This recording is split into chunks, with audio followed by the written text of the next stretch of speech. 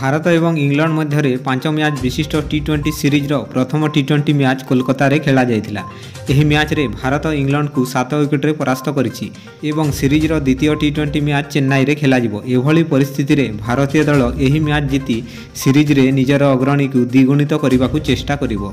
आसंतु जानिबा एही वीडियोर संपूर्ण खबर। यह जानिबा पूर्वरु आपण माने भी जदि भारतीय दलर फैन ताहेले वीडियो को लाइक एवं चैनल को सब्सक्राइब निश्चय करिदेबे।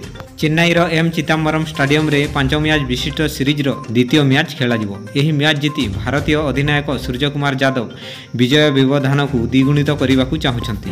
प्रथम टी20 रे मोहम्मद शामी स्थान पाई नथिले। ओडीआई विश्वकप 2023 रो फाइनल रे से तांकर शेष अंतर्जातीय मैच खेलिथिले। एहा परे से आहत होइथिले। चैंपियन ट्रॉफी 2025 पूर्व शामी को भारतीय दल रे स्थान दिया जाइथिला। एभली परिस्थिति रे शामी तांको घर ग्राउंड कोलकाता रे सुजोग पाइबे बोली कल्पना जल्पना करा जाउथिला। तेबे प्रथम टी20 रे भारतीय दल 3 स्पिनरक सह फील्डिंग नेइथिले। द्रुत बोलर हार्दिक पांड्या एवं अर्शदीप सिंह थिले। द्वितीय टी20 मैच रे सूर्यकुमार यादव केउ खिलाड़ी को सुजोग देइछंती आसंतु जानिबा। अभिषेक शर्मा एवं संजू सैमसन ओपनिंग रे आसिबे।